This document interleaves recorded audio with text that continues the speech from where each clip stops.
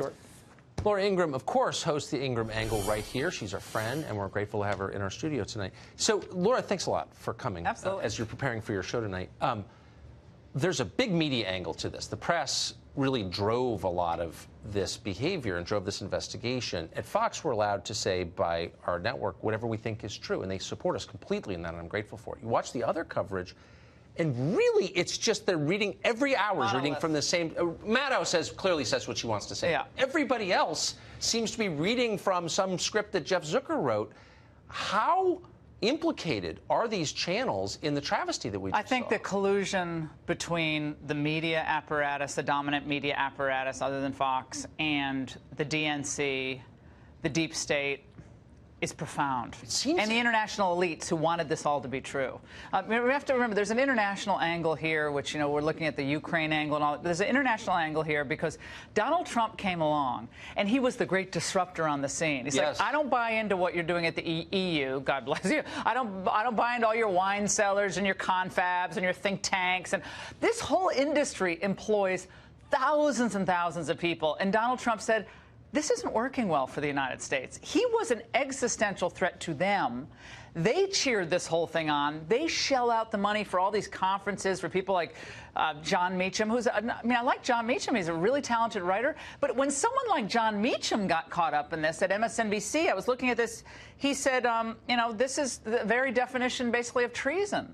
What Donald Trump did. He's a historian. This guy is like a Pulitzer Prize winning, writer. When someone like that can get caught and ensnared in this frothy frenzy to get Trump, yes, we have a big problem on our hands. And I am so glad. I watched every minute of your show tonight, Tucker, and as I do every night. But what you said about the need for consequences and repercussions, it's just like with things like Jussie Smollett or UVA rape case or what happened with the Kavanaugh leaks. There needs to be repercussions. Either the public needs to, decide maybe we should watch something else, or there needs to be a criminal investigation by Bill Barr into how this all went down. The FISA warrants, the leaks that happened, all this stuff has to be looked at.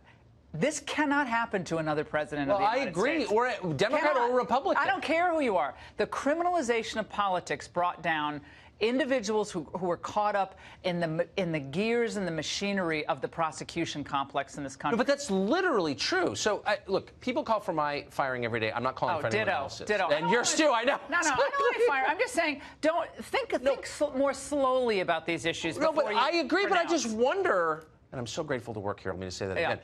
But I wonder, how can Jeff Zucker continue to run that channel after what we just saw? So they brought in newly released people from the government who would run our agencies, who clearly were getting information about this investigation, and putting it on the air as propaganda. It turned out to be lies. Like, how can you do that? And all that, I think it's the Buddha said the finger's always pointed back at you. So everything they say about Trump, it's like state-run TV, you're colluding. So and the colluding and the state-run TV is like they're working for the deep state or the elite state or whatever you want to call it. So they're all colluding. And Trump is like, wait a second, I'm this guy from New York. I came in. I actually want to make this country better.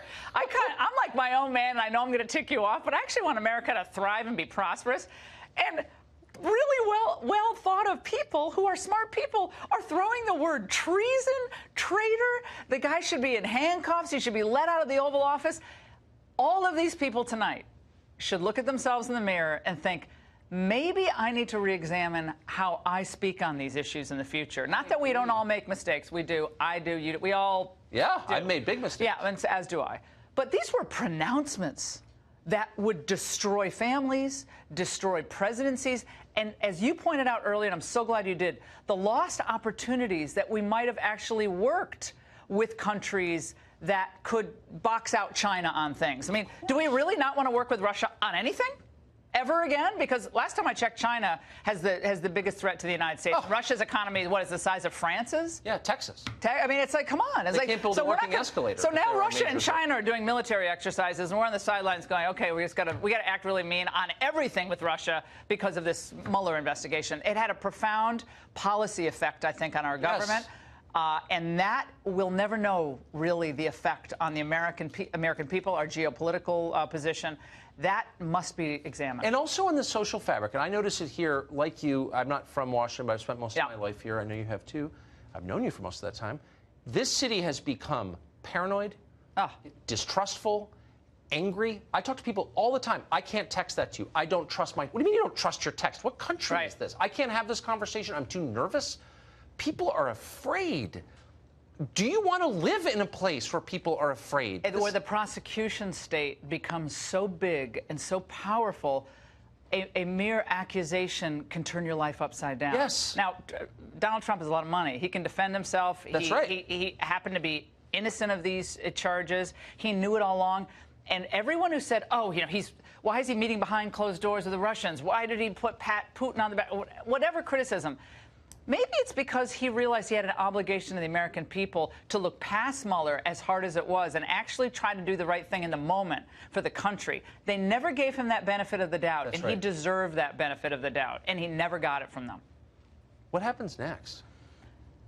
I think the left is going to go into a deeper rage. I think they'll learn nothing from this, sadly. Maybe some of the smarter folks like Meacham and others will. But I think now it's going to turn to, it's not transparent.